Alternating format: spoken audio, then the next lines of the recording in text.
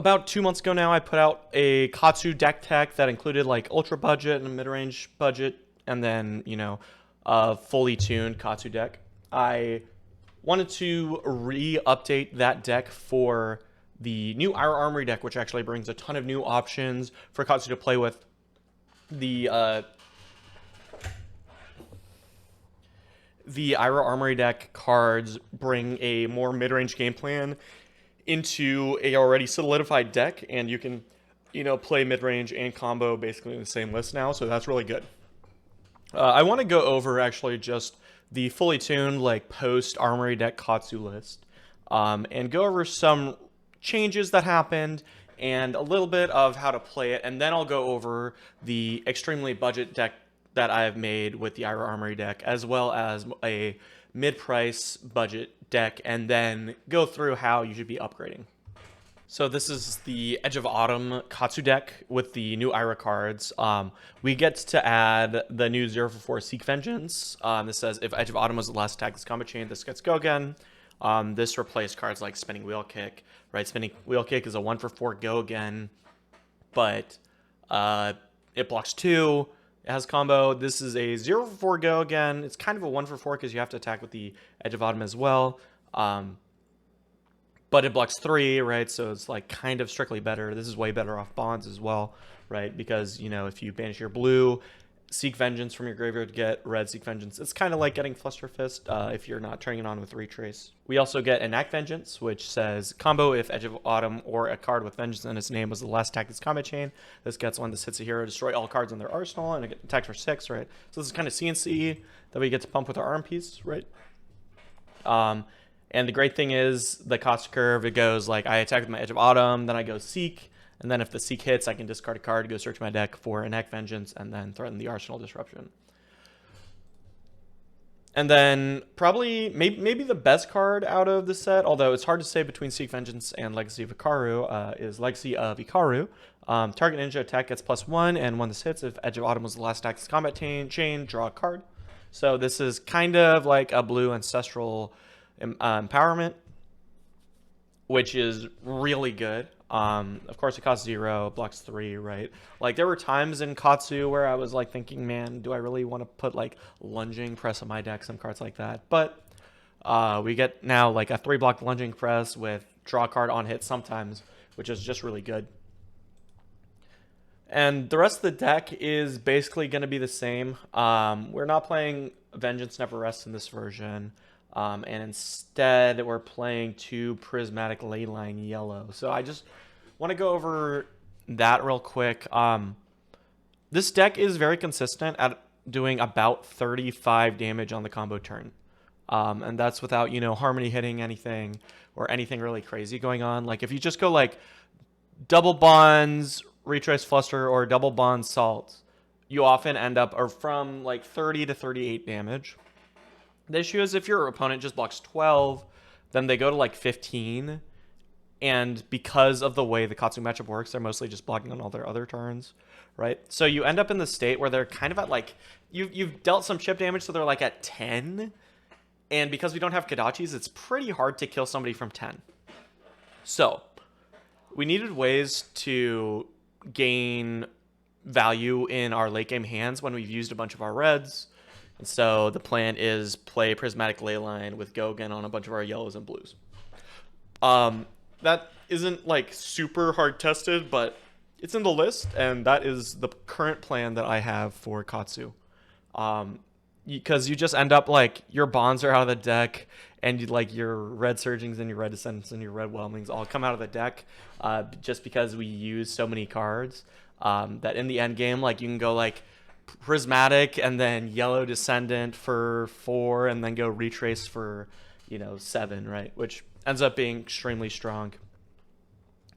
Some changes in the sideboard.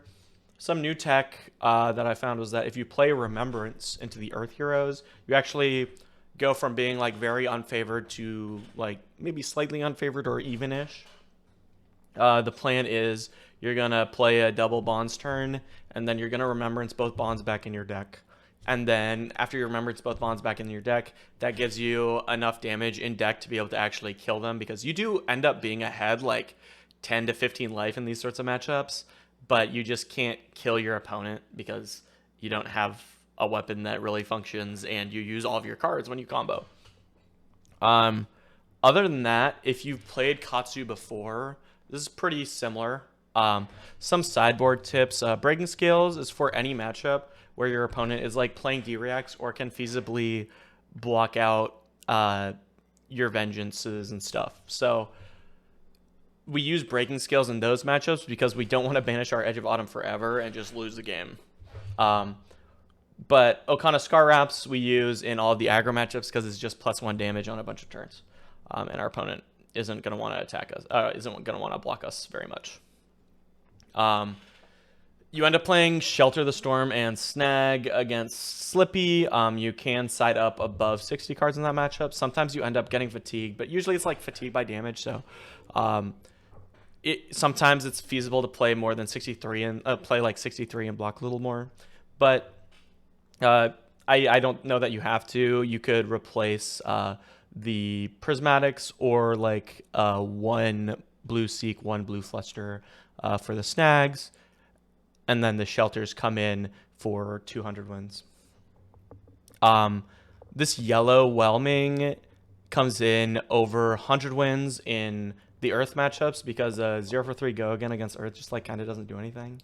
A lot of times what 100 wins does in the deck is you send 100 wins as your first chain, and your opponent has to decide if they want to block it to prevent you from being able to do a Bonds combo later in the turn. Because if they don't block the 100 wins, well, you still get the Katsu on hit, right? But against Earth, they're just going to block it anyways. So you take the 100 wins out and you play Remembrance, Whelming, and then the last enact.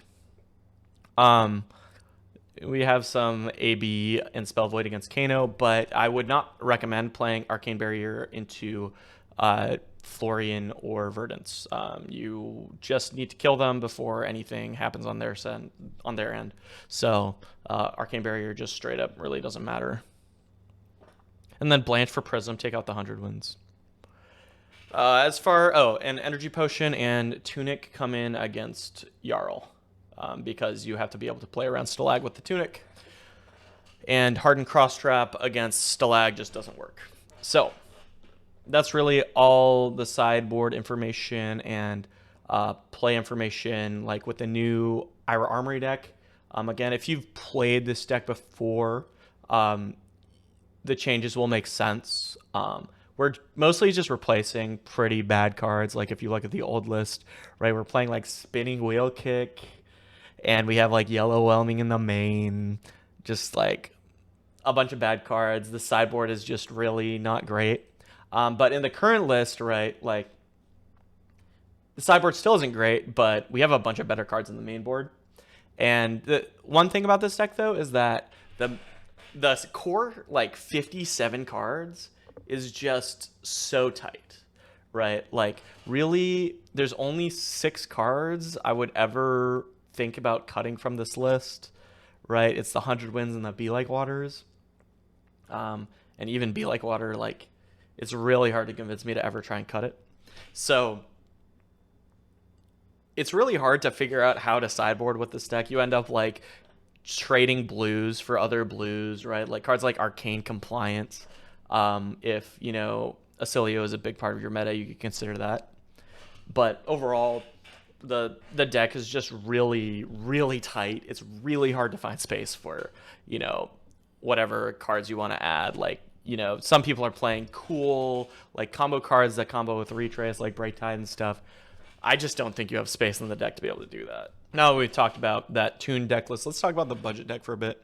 I've forgotten Edge of Autumn in every one of these lists. Okay, now that we've talked about the fully tuned version of this deck, I wanted to go back and discuss the ultra budget version, right? So this deck list basically is you purchase the Ira Armory deck, and then you spend $16 on cards, right?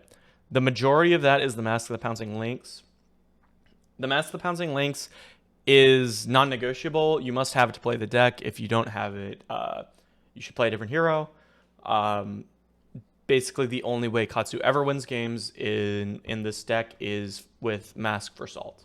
So Just spend your $10 on Mask, find all the commons off the street, and then buy the Ira Armory deck.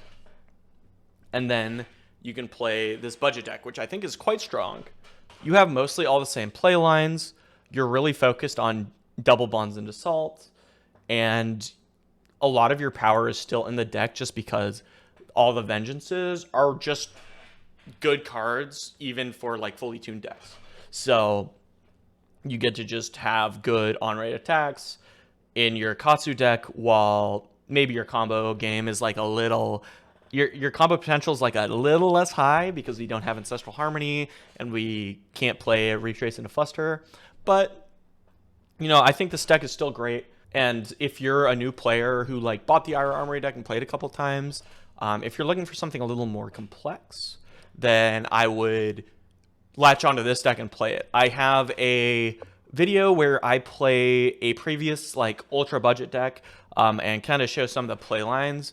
But really, like, the only combo that matters in this deck is this Bonds of Ancestry card, right? So if you're a new player, right, I would focus on making sure that I have a big turn with Bonds of Ancestry. So the plan is we're going to play a card with Gust Wave, and then we're going to play Bonds. And then Bonds says you can banish a card from your graveyard and then go search your deck for a card with the same name and then play it again. So the biggest thing with this deck in order to maximize damage is that you want to make sure you can actually double Bonds. So the easiest way to double Bonds is if you ever draw a hand that has a Gust Wave and a Bonds in it, then when you get your Katsu trigger, you search for Bonds, and when you Bonds after the Gust Wave, you search for a Gust Wave. So it ends up being Gust Wave Bonds, Bond search Gust Wave, Katsu search Bonds, Gust Wave Bonds.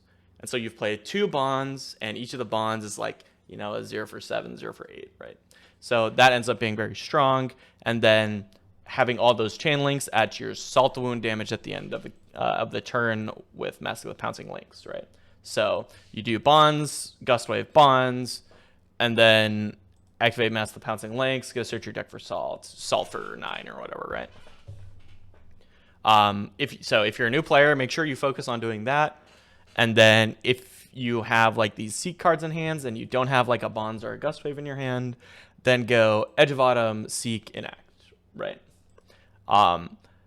That's really all there is to this deck. The sideboard is pretty sparse. I have 3 Blanches for Prism, the 3rd Enact, and then some Kano Hate and an Energy Potion for Jarl. I don't think if you're a new player you should be switching your main board at all until you really understand like I'm gonna go surging, Gust Wave, Bonds, Gust Wave, Bonds. Once you understand that, then you can start trying to mix up some of these sideboard cards in, right? And once you understand that, I think you can start moving to this mid-price range Edge Katsu deck, right? The great thing about Katsu is that as you go up in price, you go up in complexity because all the Majestics are higher complexity, right? Like Retrace. And so once you play this budget version and you kind of get to know it and understand, okay, this card does this, this card does that, then you can move on to playing more complicated cards, right? So my mid-price range budget Katsu list ends up being able to add Dishonor, Retrace, and this deck is a little more pricey, right? So you've got the Ira deck plus $150 worth of cards, right? Which is expensive, but I want to discuss like how I would upgrade my deck starting out. I would add Retrace the Past as the first card, just because you want to make sure that you're understanding how you actually play with that card. I don't even think it's like the strongest card to add, but you want to add it just because it is a card you have to learn with as you play the game. And then the next card I would add is Breeze Rider Boots. Breeze Rider Boots says when a ninja attack action card you control hits, you may destroy Breeze Rider Boots. If you do, attack action cards with combo gain go again this turn. What this allows you to do is instead of like pitching for Descendants with go again in order to double Bonds, you can just activate Breeze Rider Boots and banish Whelmings or banish Whelming Gust Waves or Gust Wave of the second winds. with your bonds in order to double bonds and to salt the wound. After that, all the cards are kind of the same. It does kind of depend on your meta. You could get Dishonors. Dishonor's worse than you think it is, right? Like, I feel like if people want to play Katsu, they read Dishonor and they're like, this card is sick. This card's the best card. And then, like, it attacks for 4. And, like, people, like, use their mass to search for Dishonor and then it gets blocked. And then they're sad. I wouldn't use my mass to search bonds unless I knew exactly what I was doing. To search Dishonor unless I knew exactly what I was doing.